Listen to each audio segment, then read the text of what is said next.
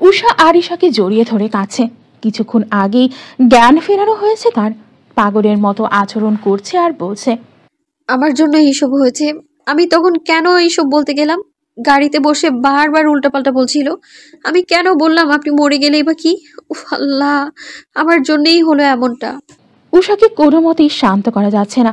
এদিকে অচেতন সাগরকে নিয়ে চিন্তা শেষ নেই। নেহালের আর রাফিদের ফোনে বাড়ি থেকে কল আসছে বারবার। ভেতর থেকে আরও একজন সিনিয়র ডক্টর এসে বললেন, আপনারা এখনো দাঁড়িয়ে? আমরা যতটুকু পেরেছি করেছি। আপনাদের উচিত শীঘ্রই ওনাকে ঢাকায় শিফট করা, যা করা দ্রুত করুন। নেহাল আর গালিবার দাঁড়ালো না, তোড়ঝোড় শুরু করলো ঢাকা নেওয়ায়। ঠিক করলো এভার কেয়ার হসপিটালে নিয়ে যাবে তাকে। ঘণ্টাখানিকের পথ পেরিয়ে সাগরকে এভার কেয়ার হসপিটালে আনা হলো। নিস্তব্ধ রাত আর জনমানবহীন রাস্তা ছিল বলেই হয়তো এত দ্রুত পৌঁছাতে পেরেছে। গাজীপুর জেনারেল হসপিটাল থেকে প্রাথমিক চিকিৎসা দেওয়ার পর সাগরকে অ্যাম্বুলেন্সে করে ঢাকার এভার কেয়ার হসপিটালে শিফট করা হয়। অবস্থা বেগতিক, রক্তক্ষরণ এখনও হচ্ছে। বলতে গেলে অবস্থা এখনও সংকটাপন্ন। প্রাণ সংশয় কাটেনি। সমস্ত আশা ভরসা এখন একজনের উপরেই, মহান রাব্বুল আলামিন। সাগরকে অপারেশন থিয়েটারে নেওয়া হয়েছে। ইতিমধ্যে আরাফ সামিনের হাজব্যান্ড মাহিদ আর নাবিল ভুইয়াকে জানানো হয়েছে ওনারা আসছেন হসপিটালে। সাগরকে দ্রুত অপারেশন থিয়েটারে নিয়ে যাওয়া হয়। একজন সার্জন থিয়েটারে যাবার আগে একবার সকলের অবস্থা দেখলেন। রাফিদকে গম্ভীর গলায় জিজ্ঞাসা করলেন, সম্পর্কে কি হয়? রাফিদ কাঁপা কাঁপা গলায় বলল, বড় ভাই প্লিজ ডক্টর আমার ভাইকে সুস্থ করে তুলেন, অনুরোধ করছি। ডক্টর মাথা নেড়ে বললেন, দেখুন, গুলি দুটো শরীর থেকে বেরিয়ে গেলেও ক্ষতিগ্রস্ত টিস্যু আর রক্তনালীগুলো জটিলভাবে জড়িয়ে গেছে। রোগীর অবস্থা এখনও ক্রিটিক্যাল। আমরা অপারেশনে যাচ্ছি, তবে রক্তক্ষরণ অনেক হয়েছে। আপনাদের মন মানসিকতা প্রস্তুত থাকতে হবে। আপনাদের মানসিকভাবে প্রস্তুত থাকতে হবে। আমরা আমাদের সর্বোচ্চটা দিয়ে চেষ্টা করব ইনশাল্লাহ। আমাদের দায়িত্ব হলো কৃত্রিম উপায়ে প্রাণ ফিরিয়ে দেওয়া, তবে আল্লাহর রহমত ছাড়া কিছুই হয় না। আল্লাহকে ডাকুন, প্রার্থনা করুন। প্রতিটি মুহূর্ত এখন অনিশ্চয়তা, প্রতিটি নিঃশ্বাস এখন জীবনের মৃত্যু হিসেবে কষছে। বৃদ্ধ বয়স্ক সিনিয়র সার্জন থিয়েটারে প্রবেশ করার পরে আরও দুজন সার্জন এলেন। সান্ত্বনা স্বরূপ বললেন, আমরা কাজ শুরু করেছি, তবে সৎভাবে বলি, রোগী এখনও ক্রিটিক্যালস। রক্তক্ষরণ অনেক হয়েছে, শ্বাস প্রশ্বাসও দুর্বল, সিচুয়েশান রিস্কি। তবুও আমরা চেষ্টা থামাবো না। আশা রাখছি everything will be fine. But যে কোনো খবরের জন্য নিজেদেরকে প্রস্তুত রাখবেন। আর হ্যাঁ, ক্ষত গভীর। প্রথমে যেখানে নিলেন ওনারা জাস্ট রোগীকে প্রাথমিক চিকিৎসা দিলেন, তবে রক্তক্ষরণ বন্ধ হয়নি। অপারেশনের 3 ঘন্টা, এমনকি তবুও বেশি সময় লাগতে পারে। এখনই কিছু বলা যাচ্ছে না, আপনাদের দোয়া চাই। কথা শেষ করে ওনারা চলে গেলেন। বাহিরে ভোরের আলো ফুটে উঠছে। সারা রাত তাদের এভাবে দৌড়াদৌড়ি করেই চলল। এখনো জানে না ভাগ্যে কি আছে, কি জবাব দেবে তারা বাবা মাকে। উষার চোখে এখন আর জল নেই। কান্নার তোপে বারবার কেঁপে কেঁপে উঠছে তার শরীর। গালিবার নেহাল গেল পুলিশকে তিফতিসানের বিরুদ্ধে সমস্ত ডিটেলস দিতে। আর সাগরের ফোনে অলওয়েজ কল রেকর্ড অন করা থাকে, সেটা চেক করলেই আসল ক্লু পেয়ে যাবেন তারা। নেহাল, গালিব, শাদাব, রাফি 4 জনই ফজরের নামাজের জন্যে বের হয়েছে। আজকে 2 হাত তুলে ভাইয়ের জন্য সুস্থতা কামনা করবে। আরিশা উষাও নামাজের প্রস্তুতি নিচ্ছে। আরাফরাও পৌঁছেছে একটু আগে। কাকে রেখে কাকে ধরবে, সকলের অবস্থায় পাগল প্রায়। হাসপাতালের অবস্থা এখন ভয়াবহ। ভুইয়া বাড়ি আর খান বাড়ির প্রতিটি সদস্য হাসপাতালে উপস্থিত হয়েছে। সিজান ভুইয়া মিনি স্ট্রোকে আপাতত ডক্টরদের কনসাল্টে আছেন। গালিবের বাবা মাও এসেছেন। ছেলেটাকে নিজের ছেলের মতোই স্নেহ করেন। লিপি বেগম এই নিয়ে 2 বার জ্ঞান হারিয়েছেন। পরিস্থিতি এমন যে কে কাকে রেখে কাকে ধরবে, নাকি নিজেকে সামলাবে, সেই জ্ঞানটুকুও নেই কারো মাঝে। আলিবার তুবাও তাদের মেয়েকে নিয়ে হাজির। গতকাল রাতেই ঢাকার উদ্দেশ্যে রওনা দিয়েছিল তারা। বাড়ির বড় ছেলে বলে আদর যতটা একটু বেশি পেয়েছে সাগর। নাহিদ ভুইয়াও তার অসুস্থ শরীর নিয়ে বসে থাকেনি। প্রিয় ভাতিজার বিপদে কিভাবে বসে থাকবে? বোন আর ভাইজির সাথে ছুটে এসেছেন। সবশেষে সব কিছুর জন্য উষা নিজেকেই দোষারোপ করছে। 2 ঘন্টা পেরিয়ে গেলেও সাগরের অপারেশন শেষ হয়নি। চিন্তায় সকলের মাথা ফেটে যাচ্ছে। কেউ কেউ জায়নামাজ নিয়ে বসেছে, তো কেউ মসজিদে ছুটছে। মাদ্রাসায় এতিমদের কোরআন পড়ানো হচ্ছে। আল্লাহ যদি এবারের মতো রহম করে। অপারেশন থিয়েটারের এই কাজ ঘেরা দেয়ালের ওপারে সবকিছুই মনে হচ্ছে থমকে গেছে। ভেতরে চলছে নিঃশব্দ যুদ্ধ, জীবন আর মৃত্যুর মাঝখানে একটানা কয়েক ঘন্টার লড়াই। 3 জন বিশেষজ্ঞ চিকিৎসক একসাথে ঝুঁকে আছেন অপারেশন টেবিলের দিকে। সার্জারির নেতৃত্বে আছেন trauma surgeon doctor Tasin Sheikh. একের পর এক ট্রমা কেস সামাল দেওয়া এই অভিজ্ঞ চিকিৎসকের কপালে টেনশনের রেখা স্পষ্ট। সাগরের বুকের গুলির আঘাত গভীর, ভেতরে রক্তক্ষরণ থামছেই না। General surgeon doctor Faisal Mahmud ইতিমধ্যে বুকের অভ্যন্তরীণ রক্তক্ষরণ রোধে ক্ষত স্থানে সেলাইয়ের কাজ শুরু করেছেন। গুলির প্রবল আঘাতে ছিঁড়ে যাওয়া টিস্যুগুলো নিখুঁত হাতে জোড়া লাগাচ্ছেন তিনি। এই ধরনের জটিল ইনজুরিতে তার অভিজ্ঞতা এখন এই সময়ের সবচেয়ে বড় প্রয়োজন। অপারেশন টেবিলের মাথার দিকে তাকিয়ে আছেন anaesthesia consultant doctor Sayem Riyad. মনিটরের দিকে এক দৃষ্টিতে তাকিয়ে প্রতি মুহূর্তে সাগরের হৃদস্পন্দন আর রক্তচাপ পর্যবেক্ষণ করছেন। আর তার একটিমাত্র ভুল মানে পুরো অপারেশন থেমে যেতে পারে। ঘড়ির কাঁটা এগিয়ে চলেছে। থিয়েটারের বাতাসে ভাসছে ক্লোরোফর্ম আর টেনশনের ভারী গন্ধ। বাইরে অপেক্ষমান সকলেরই জানা, ভেতরে এই মুহূর্তে 3 জন মানুষের সম্মিলিত দক্ষতা আর দায়বদ্ধতার ওপরে নির্ভর করছে একটি জীবন, সাগরের জীবন। দীর্ঘ 3 ঘন্টা 15 মিনিট পর সাগরের অপারেশন শেষ হয়। প্রত্যেকটা সদস্য তখন অপারেশন থিয়েটারের সামনে। সিজান ভুইয়া, লিপি বেগম, শামিন, রাফিদ কারোরই অবস্থা ঠিক নেই। তাদের ভেতরে ঝড় অনুভব করার শক্তিও কারণেই। সিনিয়র সার্জন বের হতেই আলিফ, নিহাল, গালিব ছুটে যায় ওনার সামনে। অস্থির উদ্গ্রীব নয়ন তাদের। শ্বাস নেওয়াই যেন দায় হয়ে দাঁড়িয়েছে তাদের কাছে। আলিফ কোনো মতে বলল, স্যার, আমার ভাই। Operation successful. রক্তক্ষরণ আমরা নিয়ন্ত্রণে এনেছি, তবে রোগী এখনও স্টেবল না। পরবর্তী 24 ঘন্টা খুবই ক্রিটিক্যালস। ভিটাল অর্গানগুলো রক্ষা করা হয়েছে, কিন্তু রোগীর অনেক ইনজুরি, রক্তক্ষরণ ও বেশি হয়েছে। মাথার পেছনে এবং সামনে আঘাত আছে। পেছনে আঘাতের কারণে কোমায় চলে যেতে পারেন তিনি, যদিও সিটি স্ক্যানে দেখা গেছে মস্তিষ্ক রক্তপাত হয়নি। আশা করছি লোক ভালো থাকলে কোমা ঘটিত জটিলতা কাটিয়ে উঠতে পারবেন। ওনাকে এখন আইসিইউতে শিফট করা হয়েছে। আমরা নজরদারিতে রাখছি। সব কিছু এখন নির্ভর করছে রোগীর শরীরের রেসপন্সের উপরে। ওনার শরীরের ছাড়া দেওয়া প্রয়োজন। এখন আপনারা শুধু দোয়া করে যেতে পারেন, বাকিটা আল্লাহর ইচ্ছা এবং সময় বলে দিবে। ডক্টরের কথা শেষ হতেই সবাই একসাথেই আলহামদুলিল্লাহ বলে উঠলেন। কেউ কেউ সঙ্গে সঙ্গে সিজদায় লুটিয়ে পড়েন, কেউ কেউ না। সবাই আপাতত ফ্লোরে সিজদায় পড়ে আল্লাহর শুকরিয়া আদায় করছেন। ডক্টর ফয়সাল মাহমুদ স্তব্ধ হয়ে দেখলেন তা। নিজের কথাখানা শেষ করে সামনে কিছুটা এগিয়েছিলেন ডক্টর ফয়সাল মাহমুদ। কি ভেবে আবারও ওদের সামনে এলেন। সবাই তখন মনোযোগ দিয়ে শুনছে ডক্টরের কথা। আর হ্যাঁ, ভিজিটিং আওয়ারে 2 জন দেখা করবেন প্লিজ।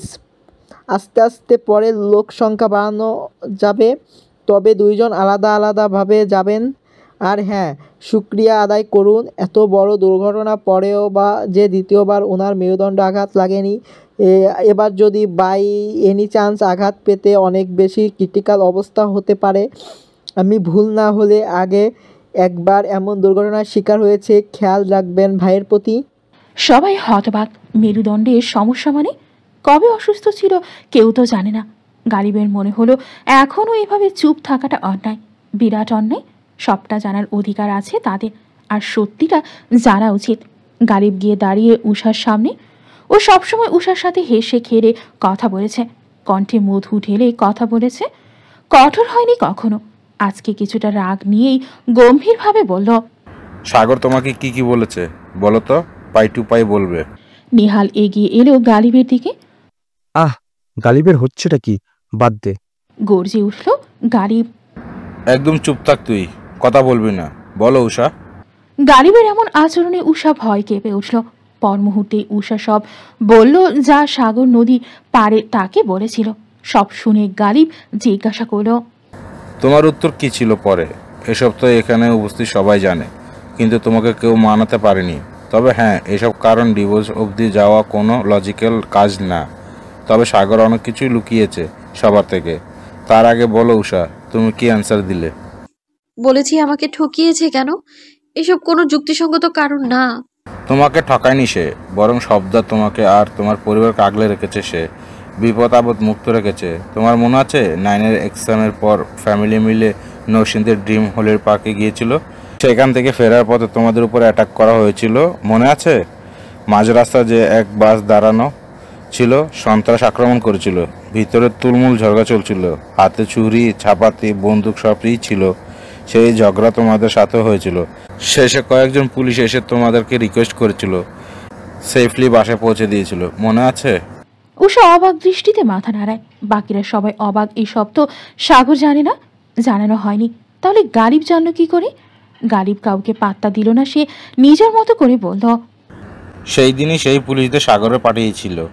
তোমাকে 2বার অ্যাসিড দেওয়ার চেষ্টা করা হয়েছে, সেই সবও সাগর হ্যান্ডেল করেছে। যে দোকানদার বাড়িতে ফোন দিয়ে জানিয়েছিল তোমার বিপদের কথা, সেই দোকানদারকেও তোমার উপরে নজরদারির জন্যই রাখা হয়েছিল। তোমার বাবার চাচা সিলেট থেকে ফেরার পথে ভয়ানক অ্যাক্সিডেন্টের শিকার হয়েছিল, সেখানেও সাগরই তাদের সেভ করেছে। সে দূরে থাকলেও তোমাদের উপর শকুনের ন্যায় দৃষ্টি সর্বদা ছিল। উষা সহ উপস্থিত সকলের হতভম্ব দৃষ্টি গালিবের ওপরে। নেহাল আবারও ব্যর্থ চেষ্টা চালায়। গালিব, হচ্ছেটা কি? বাদ দে। আচ্ছা হয়েছে, বাকি কথা না হয় সাগরই সবাইকে বলবে। তুই আপাতত চুপ যা। সিজান ভুইয়া নেহালের কথা শুনে শান্তি পেলেন না। সাগর যেন সবকিছু স্বীকার করার পরেও ছেলের উপরে আলাদাই একটা রাগ ক্ষোভ ছিল ওনার। এখনো সত্যিটা জানা আসলেই খুব দরকার তাদের সকলে। সিজান ভুইয়া আর উষা একসাথেই বলে উঠল, থামবে না গালিব, যা বলার সব বলো।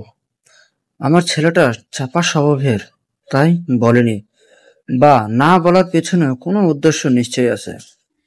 হ্যাঁ গালিব ভাইয়া, আপনিই বলেন, আমি সবটা জানতে চাই। ঠিকই বলেছেন আঙ্কেল, উদ্দেশ্য তো ছিলই, আর সেটা হলো আপনাদের প্রিয় ভাতিজির নিরাপত্তার জন্য এবং পরিবারের জন্যও। দেখো বাবা, আমরা এমনিতেই চিন্তিত। তুমি প্লিজ সব কিছু খুলে বলো, থামার দরকার নেই। নাবিল ভুইয়া অধৈর্য স্বরেই বললেন কথাটা। তাদের ওপরে কারো হামলা করবে, তাও ইচ্ছাকৃতভাবে, বিষয়টা খুব ভাবাচ্ছে ওনাকে। ব্যবসার খাতিরে শত্রু থাকবেই, এটাই স্বাভাবিক নয় কি? কিন্তু একদম মার্ডারের প্ল্যান করবে এমন শত্রু তো তাদের জানা মতে নেই। লিপি বেগম মারিয়া জামানের কাঁধে মাথা রেখে বসে আছেন, চোখ দুটি ভেজা। নাবিলা ভুইয়াও পাশে বসা। সামিন কখনো মায়ের পাশে এসে বসছে, তো কখনো নিজের স্বামীর কাছে যাচ্ছে। ভাইটা তার খুবই আদরের, এমন পরিণতি মানতে কষ্ট হচ্ছে। নাহিদ ভুইয়া হুইল চেয়ারে বসে আছেন, ওনার পাশেই সাহেব খান বসা। নাহিদ ভুইয়ার নিজের অসুস্থতা, মেয়ের আনারি সিদ্ধান্ত, প্রিয় ভাতিজির অ্যাক্সিডেন্ট তাকে ভেতর থেকে একদম অনুভূতি শূন্য করে দিয়েছে। প্রাণহীন দেহের মতোই বসে আছেন তিনি। সাদাব আরিশা একসাথেই বসা। সাদাব আরিশার হাতটা শক্ত করে ধরে বসে আছে। সান্ত্বনা দেওয়ার ভাষা কারোরই নেই। রাফিদার ছোটনও পাশে বসা। ছোটনের বড় ভাই ভাবি ঢাকার উদ্দেশ্যে রওনা দিয়েছেন। আলিফ তুবাও চিন্তিত মুখশ্রীতে বসে আছে, মনে মনে আল্লাহকে ডাকছেন। গালিব একটা দীর্ঘশ্বাস ফেলল, উষার দিকে করুণ দৃষ্টিতে তাকালো। তাকিয়েই রইল, স্নেহ ভরা দৃষ্টি তার। মেয়েটা জীবনে অনেক কিছুই সহ্য করেছে, এখন আবার স্বামীর অসুস্থতা, আবার নিজ মেয়েকে ঘিরে মায়ের কূটনীতি শুনলে কি রিয়াক্ট দেবে সে? গালিব গম্ভীর স্বরে বলতে লাগলো, সাগর তখনও শিওর না সে উষাকে ভালোবাসে বা পছন্দ করে। নিজের অনুভূতি থেকে পালাতেও চাইতো সে। অনেক দূরটানায় ভুগছিল। অবশেষে সিদ্ধান্ত নিল যে যদি উষার মনে ওর জন্য সত্যি কোনো অনুভূতির জন্ম নেয়, আর সাগরও নিজের অনুভূতি সম্পর্কে শিওর হয়, তাহলে ন্যায় দিন শেষে উষাকে বিয়ে করবে। কিন্তু আপনারা তো জানেনই, তার আগে স্কুলের কিছু ঘটনার জন্য উষাকে নিয়ে সাগরের মনে নেতিবাচক প্রভাব পড়ে যায়।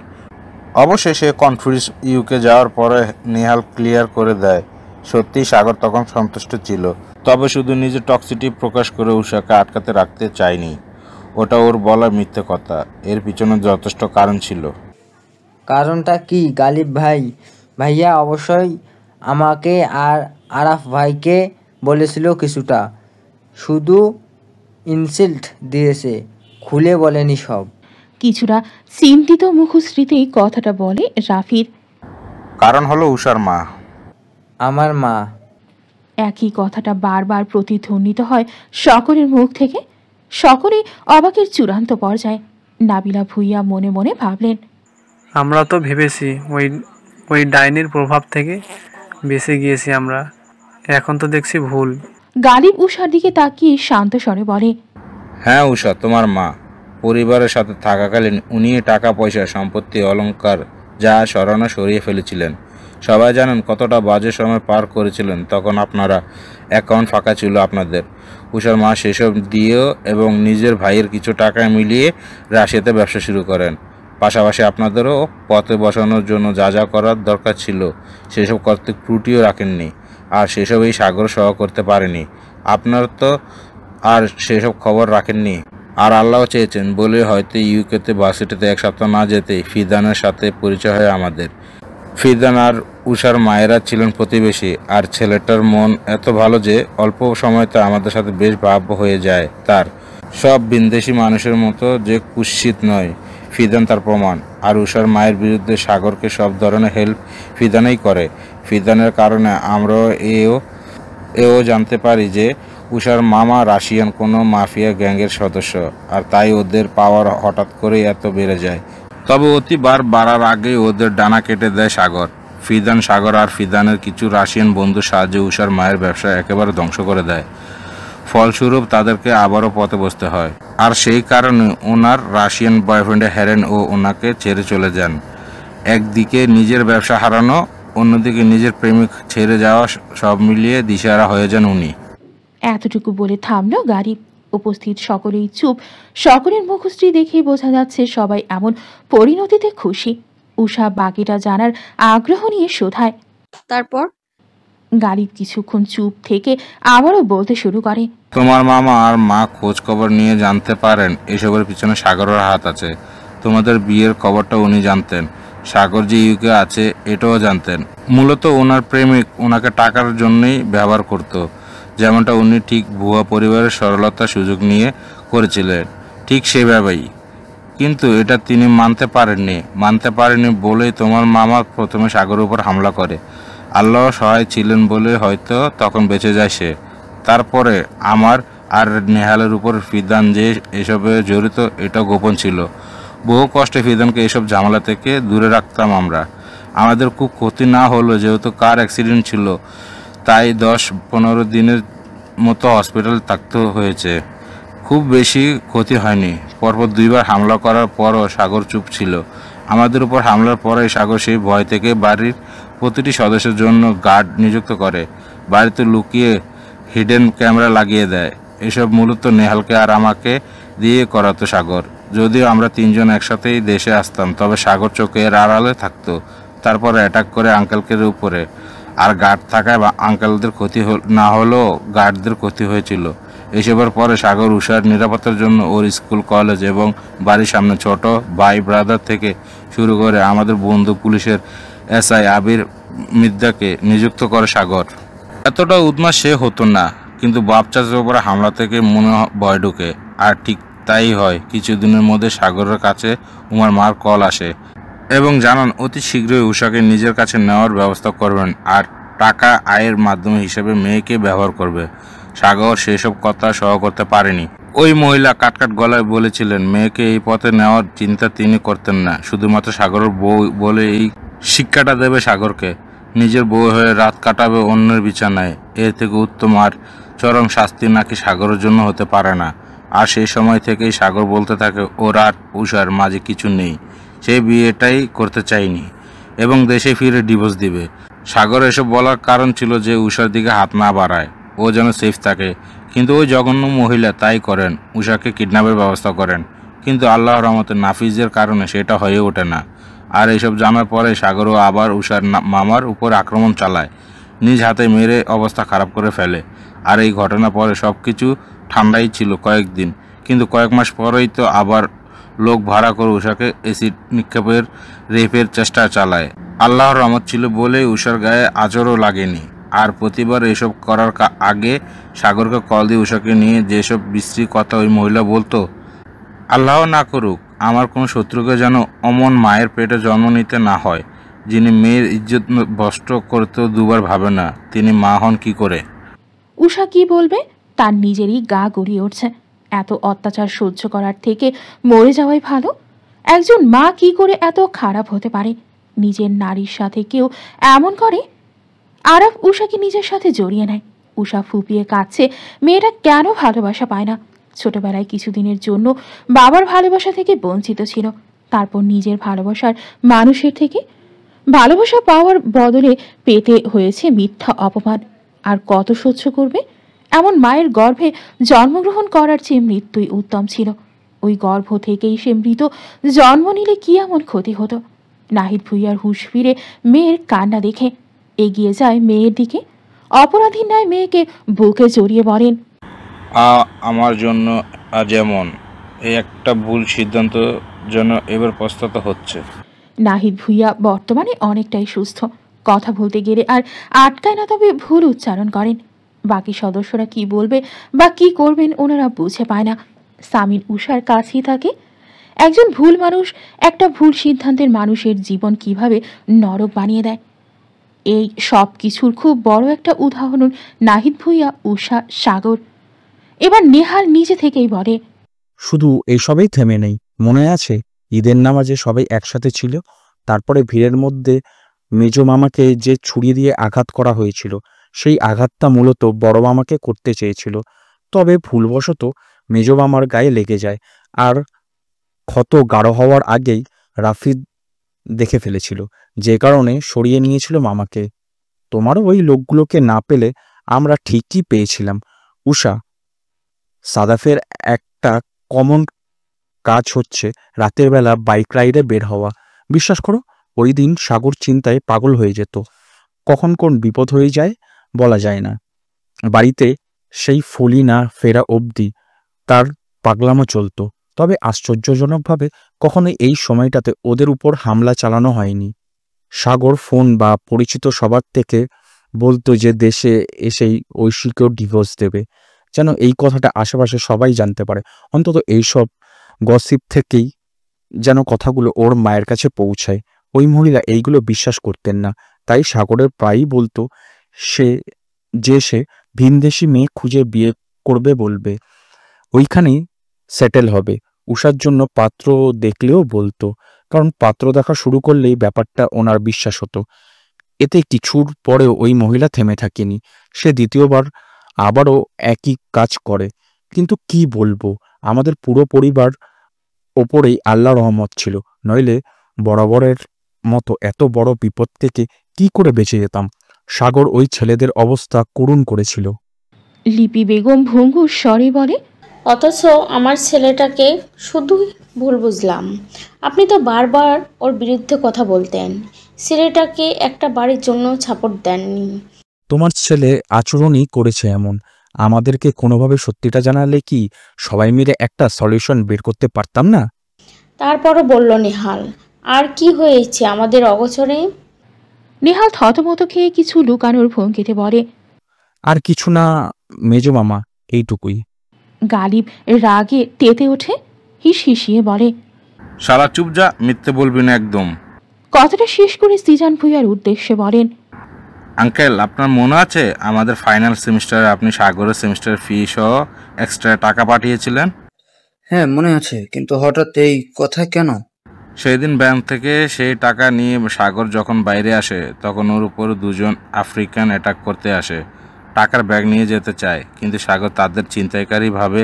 সাগরকে আঘাত করতে গেলে সেও নিজে ভাবে সে তো কোনো দিক দিয়ে কম না। এই দুই একজন তো তার হাতের ময়লা, তাই উল্টা তাদেরকে মারতে থাকে। আনফর্চুনেটলি এটা যেহেতু প্রি প্ল্যান ছিল, তাই সেখানে কোনো সিসিটিভি ক্যামেরা অন ছিল না। আর ওদের দুজনের উপর হাত তোলার পরে আশপাশ থেকে প্রায় 20-25 জনের মতো বিশাল দেহী লোক বের হয়ে আসে।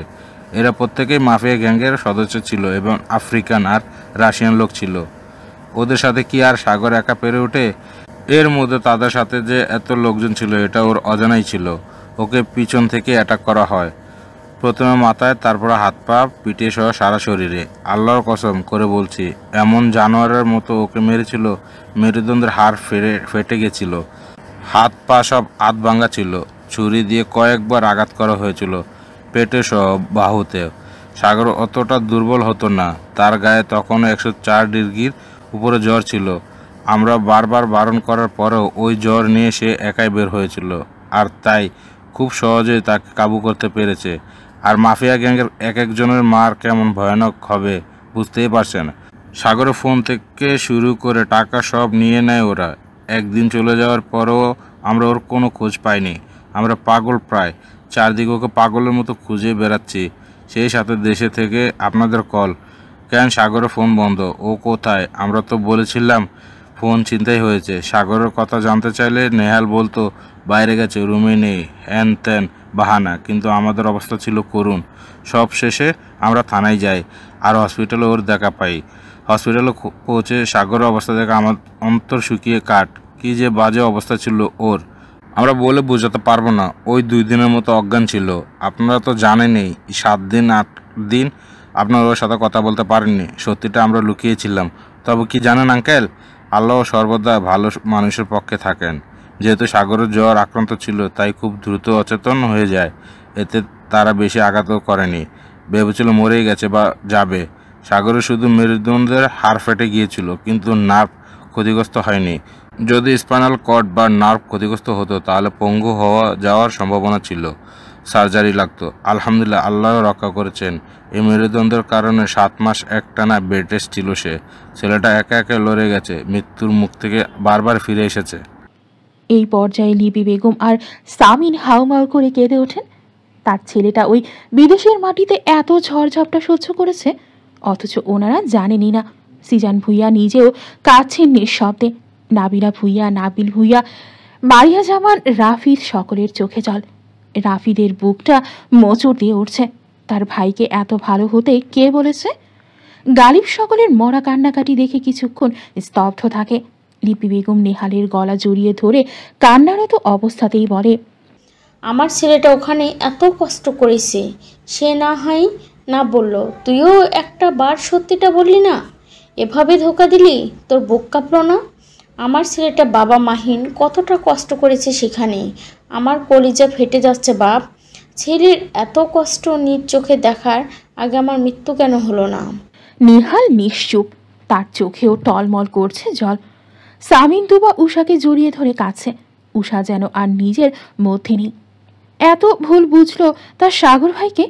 সব শেষে যখন সব ঠিক করতে চাইল তখন এত কষ্ট দিয়ে ফেলল। এই মুখ কিভাবে দেখাবে সে? কিভাবে নিজের অপরাধ ঢেকে ওই মহান ব্যক্তির সামনে দাঁড়াবে? আল্লাহর পরে যে ব্যক্তি তাকে নিরাপত্তা দিয়ে গেছে, ভালোবেসেছে আনকন্ডিশনালি। গারিব লিপি বেগমের উত্তরে বলবো কি করে চাচিমা, আপনার ছেলের বারণ ছিল যে জিজ্ঞেস করুন উষাকে, সে সব স্বীকার করলো। এইসব স্বীকার করেছে কিনা? করেনি, তাই তো আমি বললাম। তারপর গালিব উষার সামনে গিয়ে হাঁটু মুড়ে নিচে বসে পড়ে। খুব শান্ত কণ্ঠে বলে, উষা, তোমার সাগর ভাই তোমাকে অনেক ভালোবাসে, তুমি কল্পনাও করতে পারবে না। একবার এও ভাবলে না যে সাগরের মন যদি অন্য কিছু থাকতো তাহলে কি নেহাল চুপ থাকতে পারতো? দেখো, সাগর দেশে এসে ডিভোর্সের জন্য অ্যাপ্লাই করতো না। ওর ভয় ছিল ও দেশে থাকলে তুমি ওর কাছাকাছি থাকবে, আর এই সুযোগে যদি তোমার ক্ষতি করে। তোমাকে উনি প্রতিষ্ঠিত বানাতে চেয়েছেন, এই কারণে ওর ভয় ছিল বেশি, কখন কীভাবে তুলে নিয়ে যায়। তাই একা ছাড়তো না তোমাকে, শুকনের ন্যায় দৃষ্টি রাখতো সবসময়। সে তোমার মাকে বিশ্বাস করানোর জন্যই ডিভোর্সের জন্য অ্যাপ্লাই করেছিল। তারপর তোমার জন্য পাত্র খুঁজতে বলে। আর আঙ্কেল যখন তিফতিসানের কথা বলেন সেটাও শুনে রাগ হলেও সে চুপ ছিল, কারণ তিফতিসানের দেশের শীর্ষ ব্যবসায়ী। আর ওর সাথে তোমার বিয়ের আলাপ চললে সেই খবর হাইফাই সোসাইটিতে সহজে ছড়িয়ে যাবে, আর তুমিও সেফ থাকবে।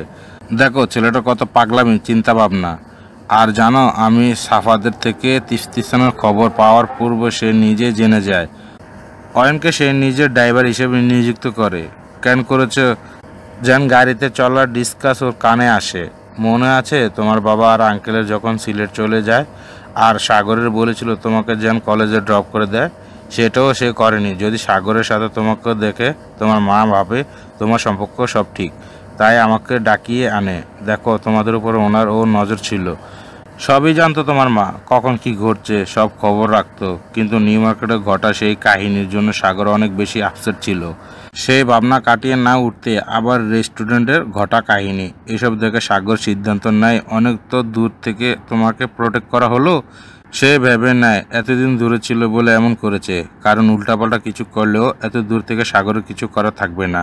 কিন্তু এখন তো দুজনে একসাথে, এবার একসাথে থাকার চিন্তা করে সে। কিন্তু তারপরে দেখো না কত কত ঝামেলা।